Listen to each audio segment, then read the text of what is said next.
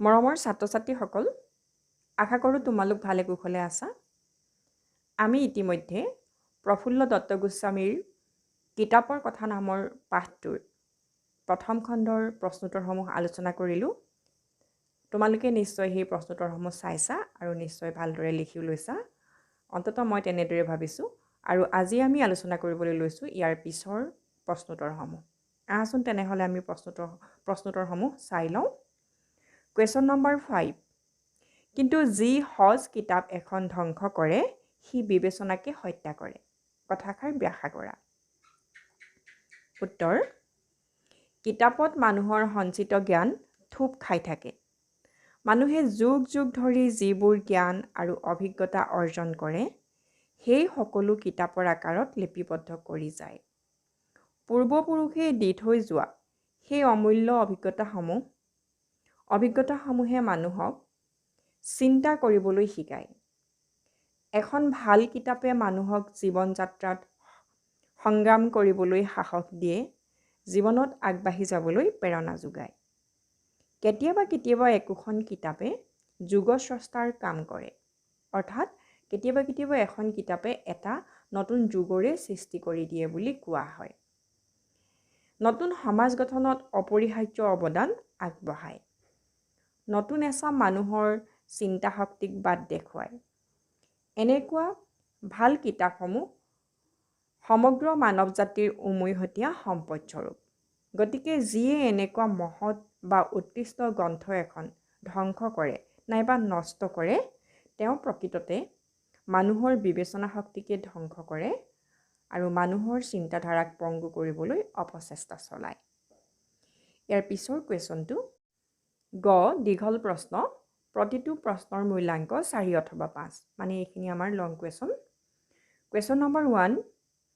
অনাখৰি চহা লোকেও কিতাপৰ পৰা লাভ কৰিব পৰা জ্ঞানক অশ্ৰদ্ধা নেদেখুৱায়। পাঠটিৰ সহায়ত আলোচনা কৰা। উত্তৰ: মই এনেদৰে লিখিছোঁ, তোমালোকে নিজৰ ববীয়াকৈ লিখিবলৈ চেষ্টা কৰিব পাৰা, হ'লেও এনেদৰে লিখিলেও নম্বৰ নিশ্চয় পাবা। শিক্ষিত লিখিব পঢ়িব জনা মানুহে কিতাপ পঢ়ি জ্ঞান অৰ্জন কৰে। কিতাপৰ পাতত সঞ্চিত হৈ থাকে মানুহে যুগ যুগ ধৰি আহৰণ কৰা অমূল্য জ্ঞান ৰাখি। সেয়েহে মানুহে সহজেই কিতাপ অধ্যয়ন কৰি সেই জ্ঞান আহৰণ কৰি জীৱনৰ বিভিন্ন পৰিস্থিতি বা সমস্যাৰ সমাধান কৰিব পাৰে। কিন্তু অনাখৰি অৰ্থাৎ লিখিব পঢ়িব নজনা লোকসকল সেই সুবিধাৰ পৰা বঞ্চিত হয়, অৰ্থাৎ তেওঁলোকে কিতাপ পঢ়িব নোৱাৰে আৰু সেইকাৰণে কিতাপৰ পৰা জ্ঞান ল'ব নোৱাৰে।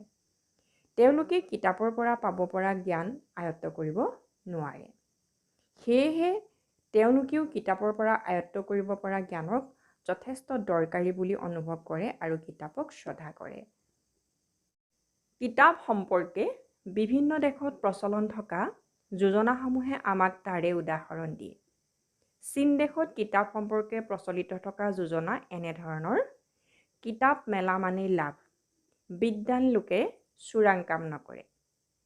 প্ৰথমবাৰ কিতাপ এখন হাতত লোৱা মানে নতুন বন্ধু এজনেৰে চিনাকি হোৱা।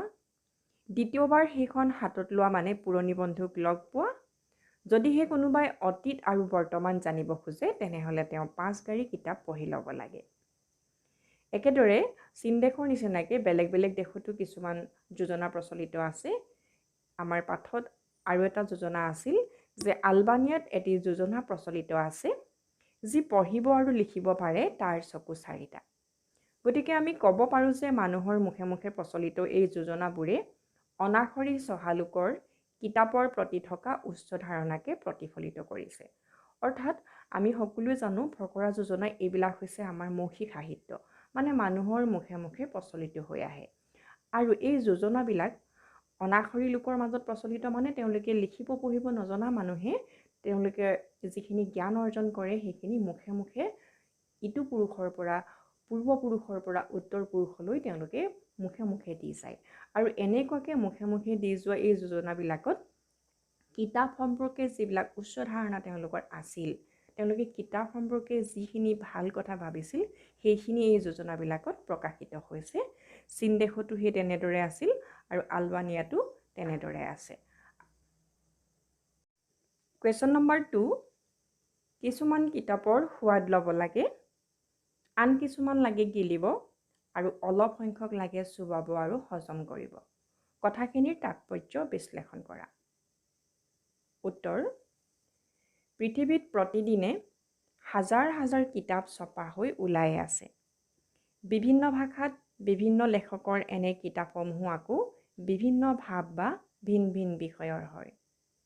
যদিও কিতাপৰ পাততে মানুহৰ এই জ্ঞান ৰাশি গোট খাই থাকে, তথাপি আমি সকলো বিষয়ৰ সকলো কিতাপ পঢ়ি শেষ কৰিব নোৱাৰোঁ বা সকলোবোৰ কিতাপ পঢ়াৰ দৰকাৰো নাই। আমি নিজৰ ৰুচি অনুসৰি বা নিজৰ প্ৰয়োজনীয় কিতাপসমূহে পঢ়া উচিত। সেই কথাটোকে লক্ষ্য কৰি আমাৰ ইংৰাজ দাৰ্শনিক বেকনে এষাৰ কথা কৈছিল যে কিতাপ কেনেকৈ অধ্যয়ন কৰিব লাগে। কিতাপ অধ্যয়নৰ বিষয়ে উপদেশ দিছিল এনেদৰে যে কিছুমান কিতাপৰ সোৱাদ ল'ব লাগে, আন কিছুমান লাগে গিলিব আৰু অলপ সংখ্যক লাগে চুবাব আৰু হজম কৰিব। অৰ্থাৎ আমি সকলো কিতাপৰ গূঢ়াৰ্থ জনাৰ দৰকাৰ নাই বা গূঢ়াৰ্থ বুজি পঢ়াৰো দৰকাৰ নাই। কিতাপৰ প্ৰকাৰ অনুযায়ী আমি ভিন ভিন ধৰণে পঢ়াৰ ধৰণো সলনি কৰোঁ। উদাহৰণস্বৰূপে, কোনোবা বিখ্যাত লেখক এজনৰ এখন নতুন কিতাপ ওলাইছে, কাকতে পত্ৰই সেইখনৰ খুব চৰ্চা হৈছে। কিতাপখননো কেনেকুৱা চাওঁ বুলি পাত লুটিয়াই ওপৰে ওপৰে চাওঁ, তেনেহ'লে তাক কিতাপখন চাকি চাই সোৱাদ লোৱা বুলি কোৱা হয়। আকৌ কেতিয়াবা আজৰি সময়ত সময় পাৰ কৰিবলৈ কোনো ৰসাল কিতাপ এখন একেটা বহাতে পঢ়ি শেষ কৰিলোঁ, কিন্তু অলপ পিছত কোনোবাই সুধিলে কিতাপখনত কিনো আছিল বা তাৰ কাহিনীটোকে ভালকৈ মনত পেলাব নোৱাৰিলোঁ, আৰু এনেদৰে পঢ়াকে কিতাপ এখন গিলা বুলি কোৱা হয়। আকৌ কেতিয়াবা কিছুমান কিতাপৰ কোনোবাটো কথাই আমাৰ মনত দকৈ সাঁচ বহুৱাই যায়, যাৰ ফলত কিতাপখন আঁতিগুৰি মাৰি পুংখানুপুংখভাৱে পঢ়োঁ, আৰু তেনেদৰে পঢ়াকে কিতাপখন চুবাই পাগুলিয়াই হজম কৰা বুলি ইংৰাজ দাৰ্শনিক বেকনে কৈছে।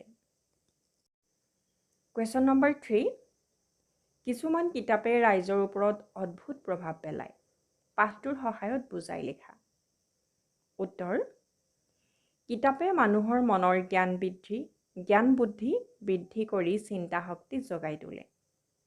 কিতাপৰ জৰিয়তে মানুহে বিভিন্ন বিষয়ৰ বিভিন্ন লেখকৰ অভিজ্ঞতা, মনোভাৱ আদি জানিব পাৰে। আনে থোপাই থোৱা ধন লাভ কৰাৰ নিচিনাকৈ কিতাপৰ জৰিয়তে আনৰ অৰ্জিত জ্ঞান ৰাশি আমি সহজতে ঘৰত বহিয়েই অকণো কষ্ট নকৰাকৈ লাভ কৰিব পাৰোঁ। কিতাপ পঢ়িলে দেশ বিদেশৰ বিভিন্ন দিশৰ জ্ঞান লাভ কৰোঁ। আমাৰ চিন্তাধাৰা, বিবেচনা শক্তি আদি মুকলি হয়। কিতাপে অতি প্ৰাচীন কালৰে পৰাই মানুহৰ ওপৰত প্ৰভাৱ পেলাই আহিছে। বেদ, উপনিষদ, পুৰাণ, মহাভাৰত আদি মহাকাব্যসমূহে আমাৰ জাতীয় চিন্তা প্ৰভাৱিত কৰি আহিছে, জীৱনৰ দিক নিৰ্দেশনা প্ৰদান কৰিছে। এই পুথিসমূহ আমি জ্ঞানৰ সমল বুলি মানি আহিছোঁ। মহাপুৰুষসকলৰ লেখনিয়ে যুগ যুগ ধৰি একোটা জাতিৰ জীৱনধাৰা, সংস্কৃতিক বাট দেখুৱাই আগবঢ়াই লৈ যায়। ৰামমোহন ৰায়, গান্ধীজী, বিবেকানন্দ আদিৰ ৰচনাই আমাৰ জাতীয় জাগৰণ বেগী কৰিছে। অকল আমাৰ দেশতে নহয়, পৃথিৱীৰ ইতিহাসলৈ মন কৰিলে আমি সেই কথাই বেলেগ বেলেগ দেশতো দেখিবলৈ পাওঁ। ইউৰোপতো ৰুছো, মাৰ্ক্স, ভলটেয়াৰ, শ্বপেনহাৱাৰ আদি চিন্তাবিদৰ ৰচনাই বিপ্লৱৰ সৃষ্টি কৰি সমাজ পৰিৱৰ্তনত প্ৰেৰণা যোগাইছিল। একেদৰে পৃথিৱীৰ বিভিন্ন জাতি, বিভিন্ন ধৰ্মৰ, দৰ্শনৰ বিভিন্ন কিতাপে মানুহৰ চিন্তা বুদ্ধিক জগাই তুলি নতুন যুগ, নতুন সমাজ সৃষ্টিত চিৰদিন অৰিহণা যোগাই আহিছে। ৰাইজে তেনেবিলাক কিতাপ অধ্যয়ন কৰি নতুন দিশ, নতুন সত্যৰ উপলব্ধি কৰি পুৰণা বিষয়কে নতুন দৃষ্টিৰে চাবলৈ শিকে। চিন্তাধাৰাৰে উদ্বুদ্ধ হৈ জীৱনৰ বাটত সাহসেৰে আগবাঢ়ি যায়।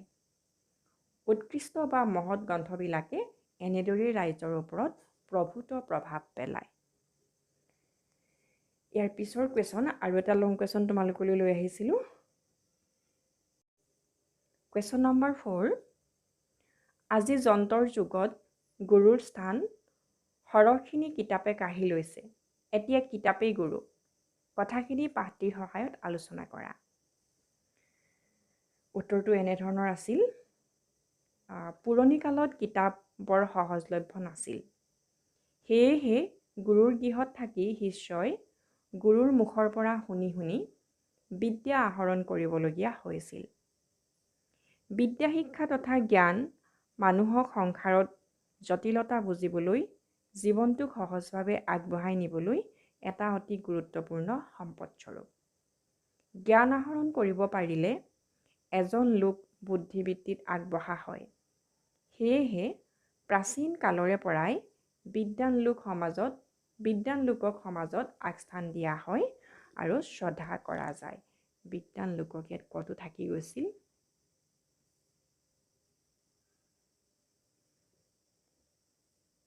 বৰ্তমান যুগ বিজ্ঞানৰ যুগ। বিজ্ঞানৰ বিভিন্ন আৱিষ্কাৰৰ ভিতৰত কাগজ আৰু ছপাশাল এক অতি উল্লেখযোগ্য অৱদান। কিতাপ ছপা হোৱাৰে পৰা মানুহৰ জ্ঞান আহৰণ কৰাটো আগৰ দৰে কষ্টসাধ্য হৈ নাথাকিল। মানুহে যুগ যুগ ধৰি আহৰণ কৰা জ্ঞান আৰু অভিজ্ঞতাসমূহ কিতাপৰ পাতত লিপিবদ্ধ কৰিবলৈ ল'লে। ফলত আগৰ দিনৰ দৰে মাত্ৰ গুৰুৰ মুখৰ পৰাই বিদ্যা আহৰণ কৰা কথাটোৰ পৰিৱৰ্তন হ'ল। বৰ্তমান বিভিন্ন বিষয়ৰ বিভিন্ন লেখকৰ অৰ্জিত জ্ঞানসমূহ আমি লেখকজনক ব্যক্তিগতভাৱে লগ নোপোৱাকৈয়ে কিতাপৰ পৰা আহৰণ কৰিব পাৰোঁ। কিতাপ পঢ়িয়ে আমি ভিন ভিন বিষয়ৰ কথা জানিব পাৰোঁ। মাত্ৰ তাক বুজিবলৈ আমাৰ নিজৰ বিচাৰ বুদ্ধি থাকিলেই হ'ল। নিজৰ চেষ্টাৰ বলতে বহুতেই স্কুল কলেজত নপঢ়াকৈয়ে কেৱল মাত্ৰ কিতাপ পঢ়িয়েই একোজন বিদ্বান বা বিখ্যাত লোক হ'ব পাৰিছে। আনুষ্ঠানিক শিক্ষা নাথাকিলেও এনেদৰে কিতাপ পঢ়িয়ে বিখ্যাত হোৱা ৰবীন্দ্ৰনাথ ঠাকুৰ, বিহগী কবি ৰঘুনাথ চৌধাৰী, অম্বিকাগিৰি ৰায়চৌধুৰী আদিৰ নাম আমি ক'ব পাৰোঁ। সেয়েহে লেখকে কৈছে যে বৰ্তমান যন্ত্ৰৰ যুগত কিতাপেই গুৰুৰ স্থান অধিকাৰ কৰি লৈছেগৈ। তেনেহ'লে কিতাপৰ কথা নামৰ পাঠটোৰ প্ৰশ্নোত্তৰসমূহ মই সামৰণি মাৰিছোঁ। মই প্ৰায় গোটেইকেইটা কুৱেশ্যনেই দিলোঁ, মাত্ৰ এটা লং কুৱেশ্যন দিয়া নাই, আৰু সেই লং কুৱেশ্যনটো তোমালোকৰ 2 অথবা 3 মাৰ্কছৰ কুৱেশ্যন এটাৰ লগত প্ৰায় মিল আছে, আৰু মাত্ৰ এইটো অকণমান দীঘল কৰি দিলেই হ'ব। সেইকাৰণে মই এইটো কুৱেশ্যন আনচাৰ নিলিখিলোঁ, আৰু নহ'লে ভিডিঅ'টো যথেষ্ট দীঘলো হৈ যায়। আৰু মই আশা কৰিছোঁ তোমালোকে নিশ্চয় প্ৰশ্নোত্তৰসমূহ লিখি ল'বা আৰু ভালদৰে প্ৰেক্টিছ কৰিবা, তেতিয়া তোমালোকৰ ফাইনেল পৰীক্ষাৰ বাবেও এইখিনি হৈয়ে যাবগৈ। ধন্যবাদ।